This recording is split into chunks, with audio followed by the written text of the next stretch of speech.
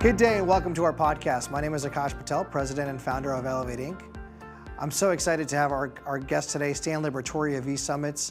As you know, our podcast features our clients and friends that are doing amazing things in our community. If you have any interest in learning more about Elevate Inc. and how we can help your business, please send us an email at info@elevate-inc.com. Before we start our program and get to hear Stan's great comments, I want to thank and highlight one of our clients, HealthMap Solutions. HealthMap is a Tampa-based specialty population management company with an industry-leading kidney health management program. They recently announced an expansion of the company's executive leadership team in response to a year of an unprecedented growth, and we're excited to announce they have appointed Eric Reamer as their new CEO. Reamer is the operating partner at private equity firm Water Street and current chairman at Unified Women's Healthcare and eLab Solutions. He's also the former CEO of CareCentrix and the current co-chair of the HealthMap Board of Directors. Congratulations, Eric, and we are so excited to work with you and showcase how Tampa has swagger with you. Thanks so much for all you do for our community, and now we'll go on to our show.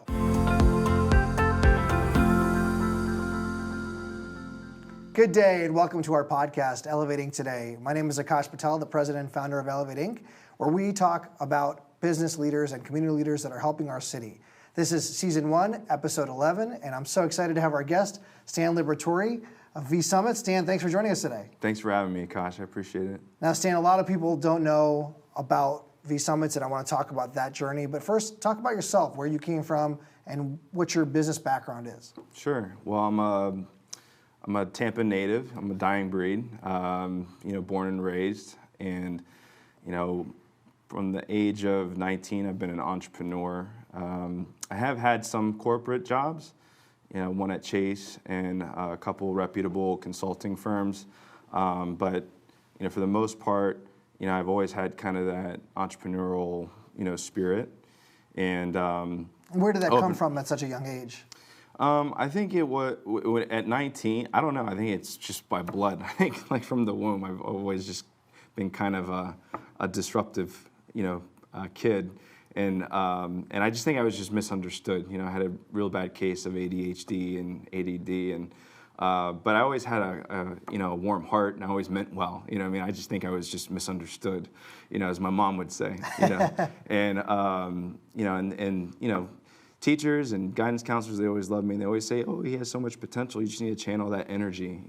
And if you can make it, through his adolescence, and get him on the right track, he's going to do great things. And that would be my mom's story. But nonetheless, I think I always I just didn't really do well with authority. I didn't do well with authority, especially if it's something that I'm not interested in, or if it was something that I think I could do better. Versus always just drawing in the lines or coloring in the box, right? So, did you have a family of entrepreneurs? Your parents, were they? Yeah. So that's what I meant by blood, by the womb. You know what I mean? So my father started off, as like a legacy leader within a consulting firm here locally about 30 plus years ago, and he built it from helped build it, from the ground up, and they went IPO and very successful. So I had a pretty big shadow to follow, but I learned early on that nothing was going to be really given to me. In fact, my folks,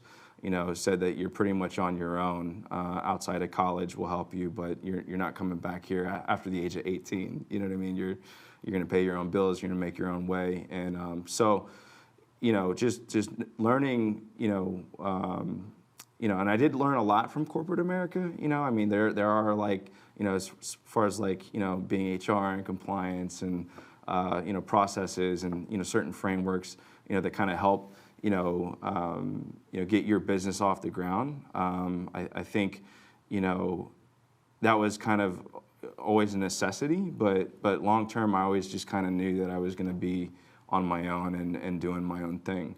My first business I opened was a mortgage company. It was actually had nothing to do with technology.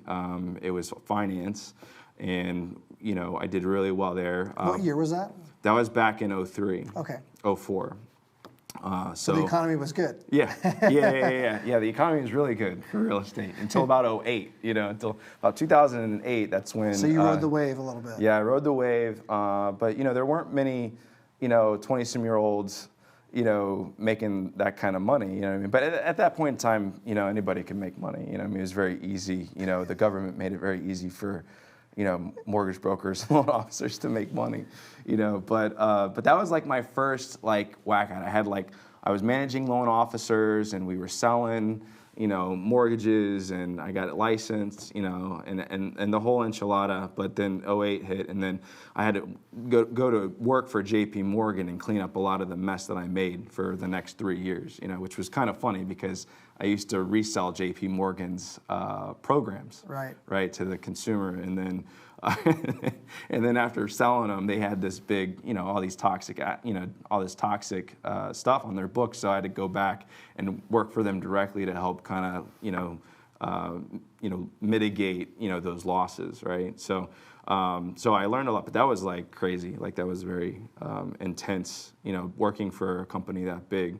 You learn a lot, you know. And after that, I did want to pivot and get back into like technology, because I did have like a brief internship for a consulting firm doing tech recruiting, and then I went back to work for them, you know, right after that, like right around 2010, and you know, learned a lot about tech services and tech professional consulting and management consulting, and I did that forever, and I'm still doing that today with No Limit Tech, which was kind of a staffing firm that I started a few years ago, and then that's kind of morphed into more of a tech services MSS, you know, service for MSPs, and now, you know, we've even kind of morphed into like this virtual tech incubator, right?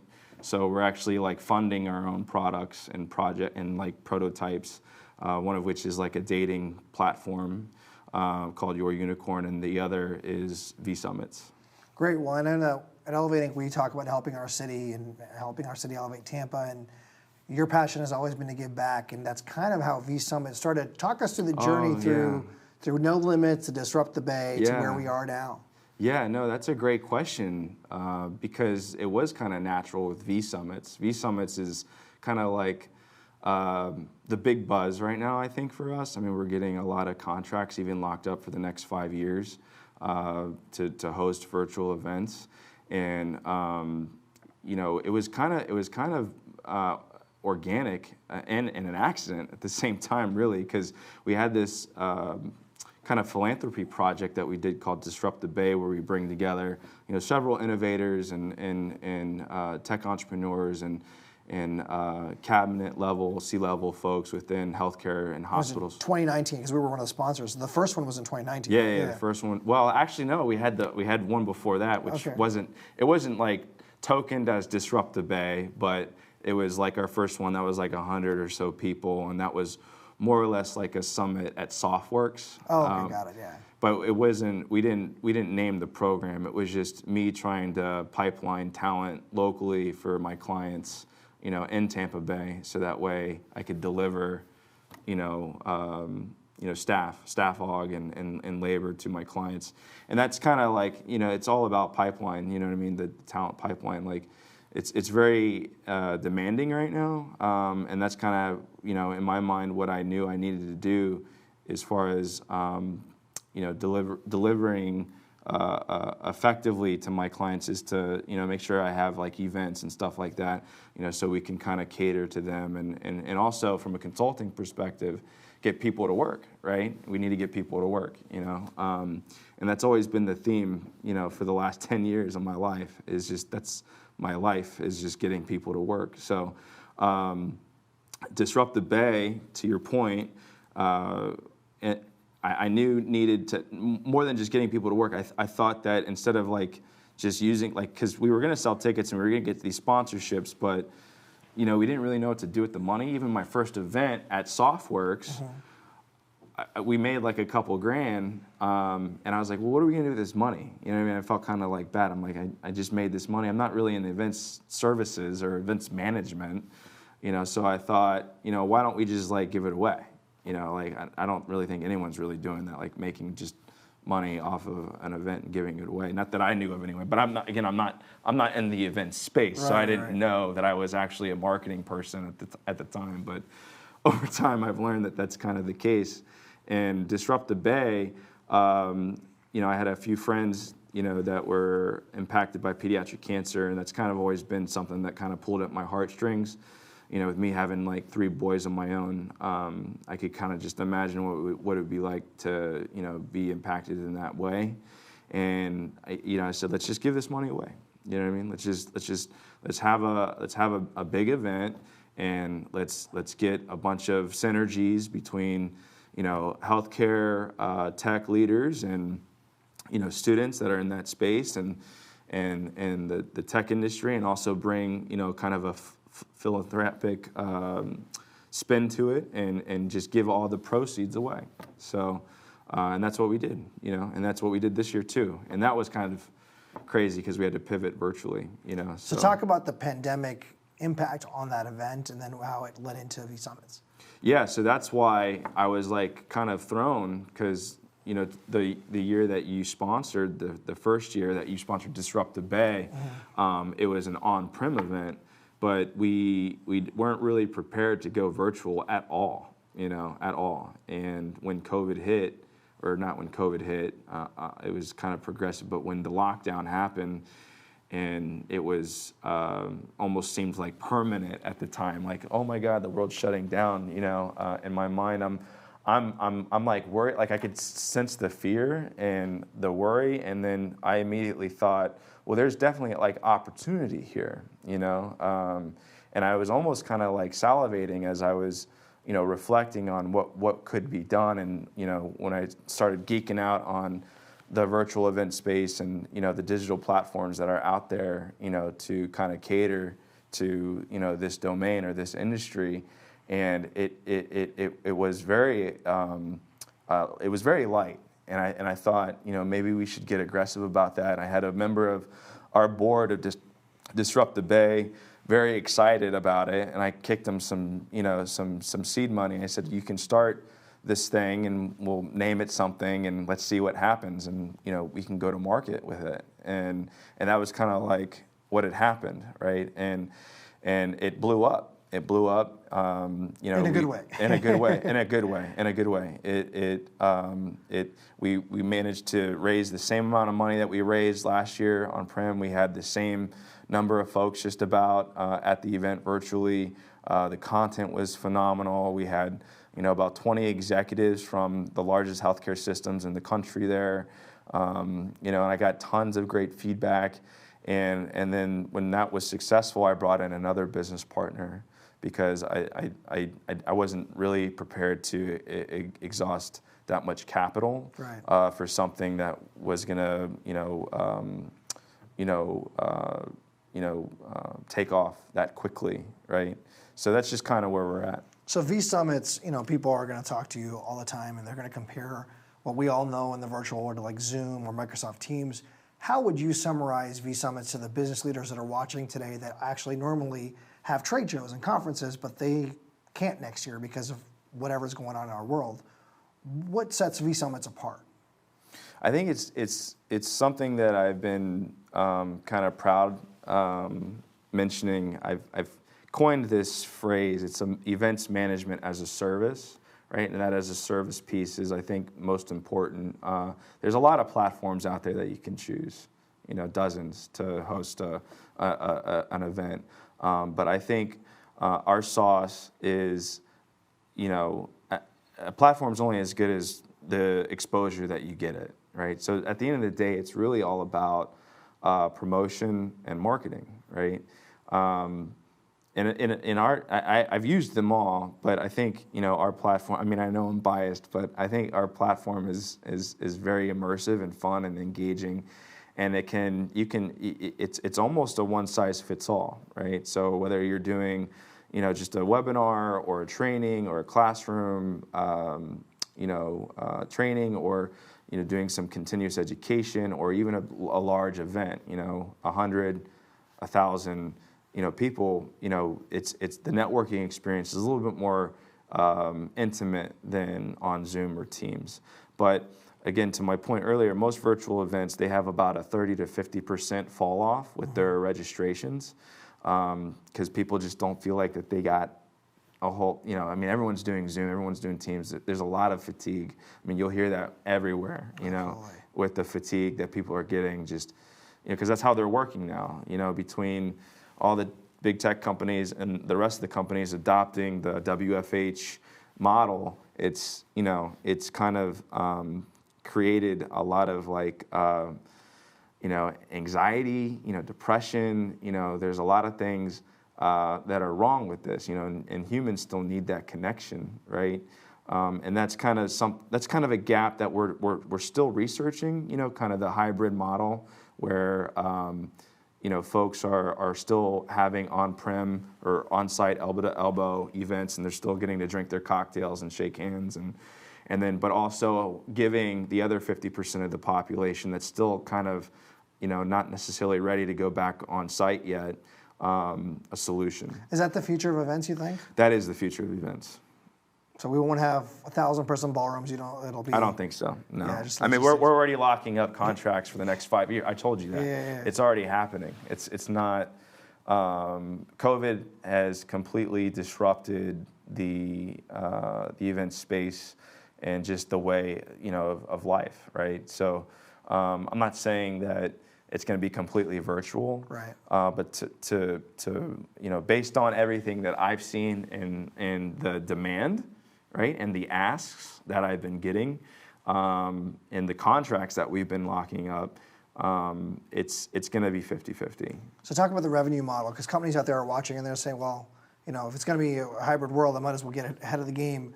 What's the revenue model like that compares to other platforms, or is it very similar to other platforms?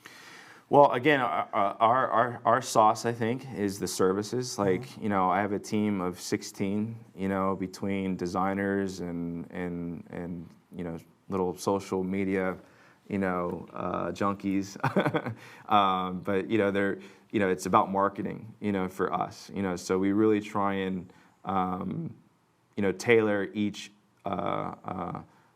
event for our clients. And we're not necessarily worried about the money right now. So subscription based, or? Yeah. We do have. It's not like a one size fit all. A lot of our services are kind of a la carte, and we really try and provide, custom layouts and an exhibit hall. Like the dashboard, you kind of have to customize and build, to the client's program vision. And then the marketing is a whole other, revenue piece, and again, I'm not really worried about it right now. We're in a position where we're really just worried about our reputation and our exposure. Right.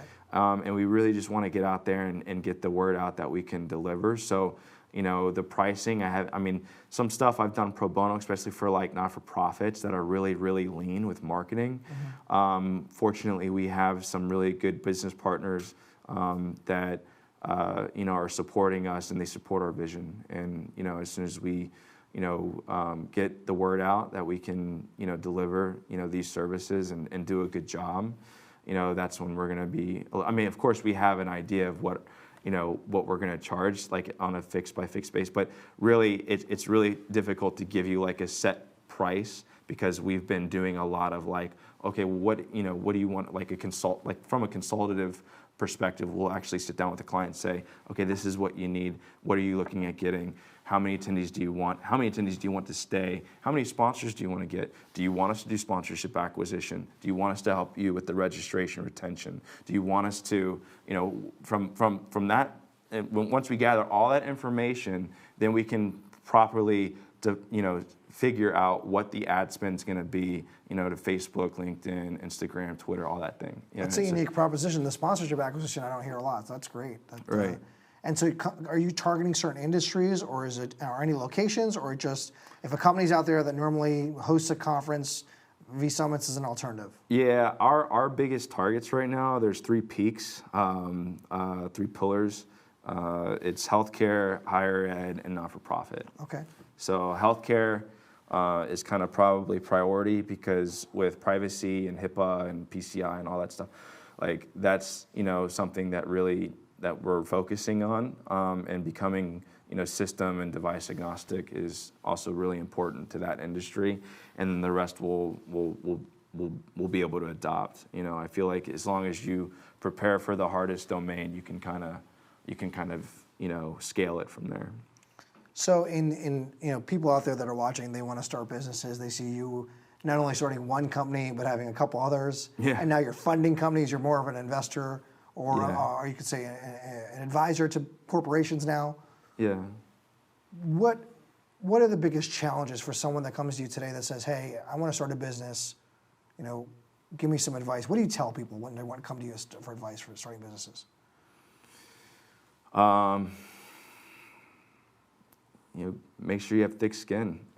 I mean, because you know there's a lot of competition out there. I mean, if you have an idea is one thing. If you have a product, that's different. I think products more than anything, especially being so tech heavy lately, and especially now with the world and how even much harder we're going to be going digitally.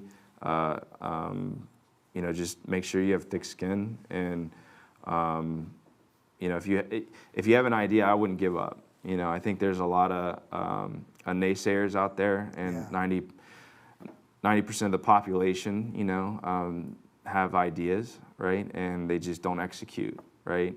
If you have an idea, don't be afraid to fail, as so long as you execute and you give it, you know, all your energy. And I think the most important part, though, is to just know when to pivot and when to pull out, right? I loved my matchmaking concept, right? When we were building a matchmaking platform for the dating industry, and this was completely revolutionary, but it wasn't ready for adoption, so we kind of had to pull back on it, you know. And then COVID happened, and then I was already doing, you know, this.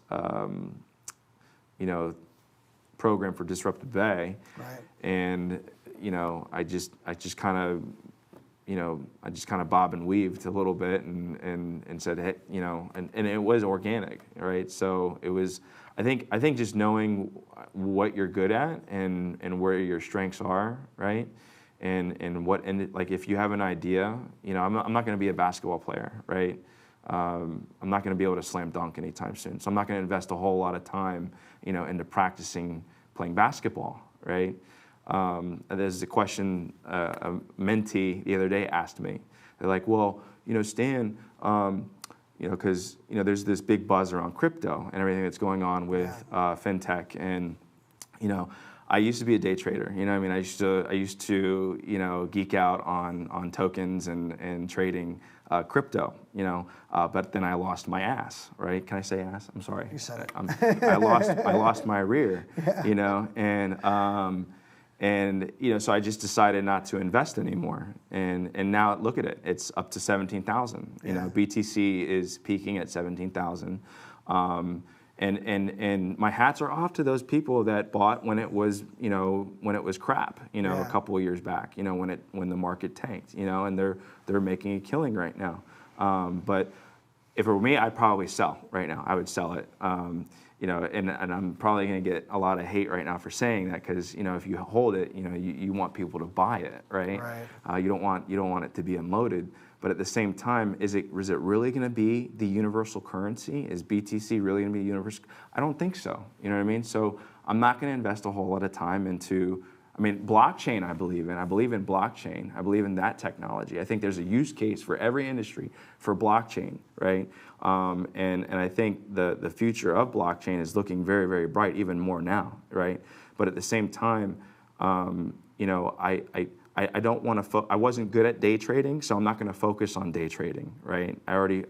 Not to say that I couldn't fail, you know, maybe a couple more times and be successful, but I think, you know, building a tangible product, right, is where I want to exhaust my efforts, you know. So today is. I'm just going to say we're in 2021 because 2020 has been kind of a wash in a year for a lot of different reasons, but 5 years from now, where is Stan Liberatore and where is Vsummits? What's the 5-year vision? Because I know you're a strategic thinker and planner. Where are you going to be in 5 years? Well, I'd hope to have, you know, well over 1 million users by then for sure. But, you know, in 5 years, you know, we'll either either acquire more partners or we'll go IPO. Like that's always been like my vision is to take a company public. That's great. If we have the right resources and we have the right partners, I really believe the sky's the limit. So again, I already have 5-year contracts. Right. And you'll be here in Tampa, right? Yeah, I'll be here. It'll be good to have an IPO in Tampa. We need more of those, right? Yeah. Tampa is the spot. Yeah, I mean, Tampa's always home. You can never take the kid out of Tampa. I was born and raised here, and I like visiting, other places in the country, but, I'm always ready to get back home. Yeah, the innovation community has gotten great, and you've been a big part of it. I know we have short on time, but I wanted to double check that we didn't miss anything. Is there anything you wanted to add before we close out? No, I mean, I think this was great. I really appreciate you having me on the show, Aakash. You've been great, a great partner, for us from a philanthropic, I can't even say the word. Philanthropic, yeah. Philanthropic perspective. And now I'm looking forward to, doing more for the community and building the company and, putting more people to work. So, a few weeks ago, you held an event. It was November 7th, and it was a charity event virtually and Vsummits did a great job, and you raised a lot of money. Oh, yeah. So why is that important, and what was the cause, and how much did you raise? Yeah, so that was for Hope. The Yamoas are great. We did it kind of like a collaboration with Moffitt and Hope for ATRT. And we were able to raise it's probably more now, but at the time it was $32,000. All online, all through donations on the event, virtual event. Well, yeah, and even in Disrupt the Bay, we raised like $40K. That's great. We gave a big chunk away to a couple of different not-for-profits. And then after that, of course, Hope was one of those beneficiaries. They're like, hey, they were like, we really want to partner with you on this because we want to do something. They did kind of a hybrid thing though too, where they had, something on site. They had like a little banquet / dinner, and then they had a virtual program, and then we helped out with that virtual program. So people at home are saying, well, why are you giving the money away? What's your drive to give back, especially financially this time? I just feel like if you take care of the universe, Aakash, the universe will take care of you. I mean, that's just the way I was raised, So it's not like that's ever going to change, I don't think. And the kid, I think life is all about the kids, right? I mean, I love my boys, and I had an interesting childhood. I had a really great childhood, right? But at the same time, we weren't always really well off, right?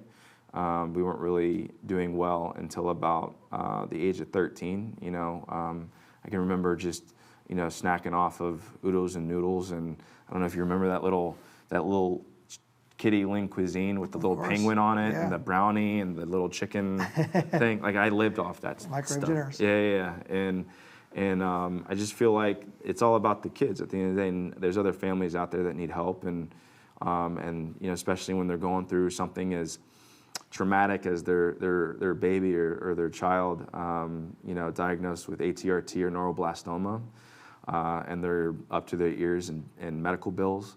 They need help. I mean, that's one piece, but I mean, the research also needs a lot of help too, because there's a lot of legislation, there's a lot of money and funding that needs to go towards pediatric cancer research. Yeah, and we're going to share a picture of you and Kyle Matthews and a couple others of the Disrupt the Bay holiday party. We'll share a picture later, but Stan, we've enjoyed working with you at Vsummits and Disrupt the Bay. We appreciate your time. And we'll have you back on again, okay? Yeah, sounds great. This is Aakash Patel, and you've been watching Elevating Today, and our guest today was Stan Liberatore of Vsummits. We'll have all of this information on our site. Again, thanks for watching episode 11, Season 1.